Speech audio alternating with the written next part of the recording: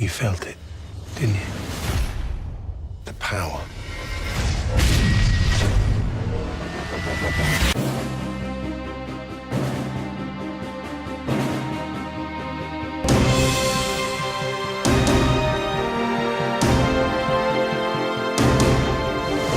Welcome to Durbania, I'm Durbin, and this is my spoiler-free review for King Arthur, Legend of the Sword.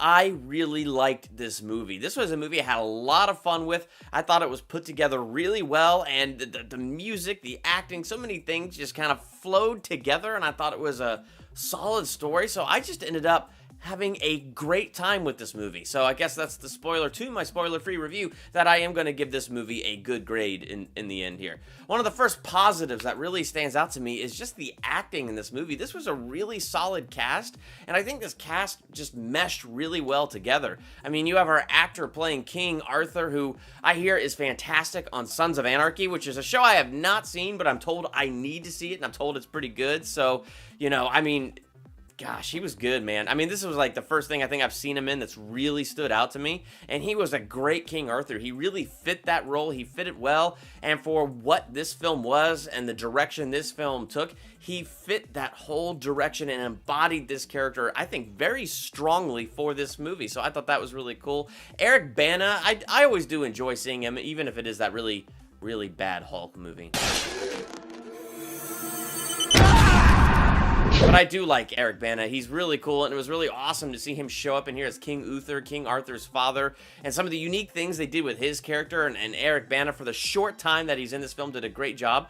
Jude Law is a great bad guy. He was just a great villain. And then you have Littlefinger from Game of Thrones, playing another Game of Thrones medieval times character again, and you know what? I like him as Littlefinger, and I liked him in this role. So, like, just the cast that they picked, the way that they portrayed these characters, it was just so good. They made these characters so likable, and even the bad guys, you loved to hate them. Like Jude Law, you just loved to hate him. At least that's how I felt. I loved to hate him. He did a great job in that role. So a lot of that was just really great. The other thing that was a real standout to me was the musical score in this movie. I just feel like they did a great job how they mixed the music in there and how they picked the right music for the right scenes. I mean, there was just some music with some of the fight scenes that just got my blood boiling, man. Some of the music just, it made me want to get up and start fighting. I mean, it was just the way that they meshed it in with the scenes. I thought that was really cool. Like, it had a great feel. Like, in some ways, it didn't feel like, you know, your typical mainstream summer blockbuster movie. In some ways, it felt kind of like an indie film, the way that the music would roll in and roll out, but it felt so good. It felt really strong. I mean, it was good that the way that they rolled all of that in there. The next thing I really liked is the directing. I like Guy Ritchie. I liked Sherlock Holmes and Sherlock Holmes Game of Shadows. I think for me, those are like the Guy Ritchie films that stand out to me the most and I remember the most. Now, here's the thing. If you watch Sherlock Holmes and Sherlock Holmes A Game of Shadows and you didn't like it, you didn't like the unique way that it was directed, the way things went, you know, the way Sherlock and them are all running through the woods in that one scene, and it was randomly fast motion, slow motion, normal motion, possible GoPro cameras on their shoulders as they're running, filming their faces.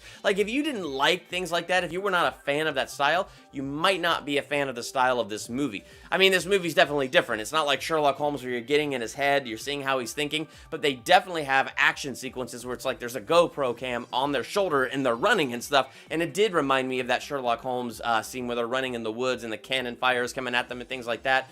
And just the same kind of like style of filming and shooting when they're having fight scenes. And actually some of it was kind of unique the way they did fight scenes. There were some moments where the way that the camera would follow King Arthur as he's fighting, it was incredibly epic. Some moments King Arthur looked a little CGI to me, but I don't think that took me out of it. Like, I would look at it and go, that does look CGI. I think they CGI'd a little bit of this fight.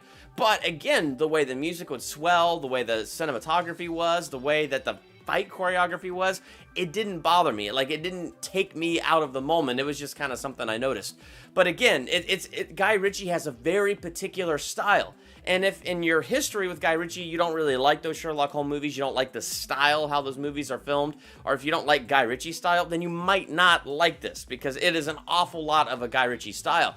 It doesn't really bother me. I liked those Sherlock Holmes movies. I liked how he did it with this movie. When I first saw the trailers for this, I was on the fence, 50-50, as if I was going to like this or not. I do like Guy Ritchie. I love King Arthur lore, and I was just curious as to, would this Guy Ritchie style fit this medieval times kind of deal?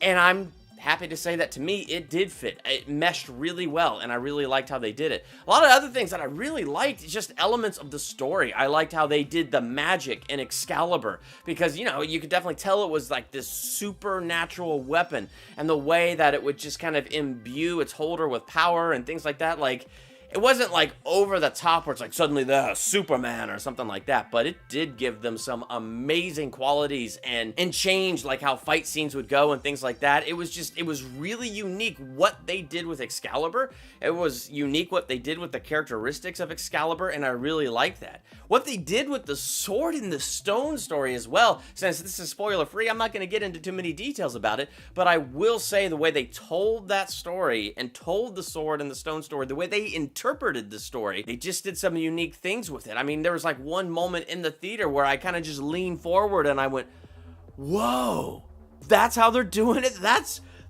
really cool. So like, the way that they told the story, I mean, King Arthur is a story that, you know, the Knights in the Round Table, the Sword in the Stone, only King Arthur is worthy to pull it.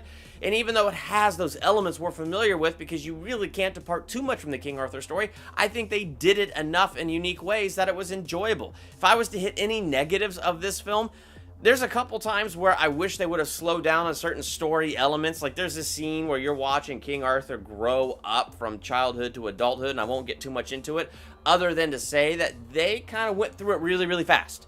It was really cool. They picked great music in that montage, and the visuals were amazing as they were going through that stuff, but it's something that I would have wanted them to slow down. There were certain story points where it just kind of felt like, okay, let's move this along. But again, I have to say that even though there were moments where I felt like they were rushing things, it was only my personal preference that thought, oh, that's a really cool story point. Can we just slow that down a little bit?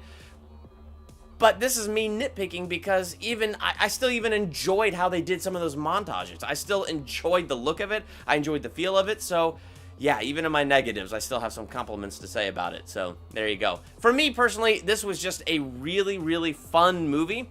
Not the best movie. I don't think I would put this in my top 5 of the year so far, but I would definitely say it's worth seeing on the big screen. I saw it in 3D, and the 3D was really cool. The visuals were really cool. So I think in the end, I'm going to give this movie a B+. It's a movie that I would like to see again. It is a movie I would like to add to my collection. But again, I like it the same way I like Sherlock Holmes and Sherlock Holmes: A Game of Shadows, which those are movies I really like, but I would not put them up and say these are the best movies ever. I would just say, yeah, these are really fun movies. You want to watch it? So that's kind of how I feel about King Arthur. Worth seeing on the big screen. It's a really cool movie. You want to watch it?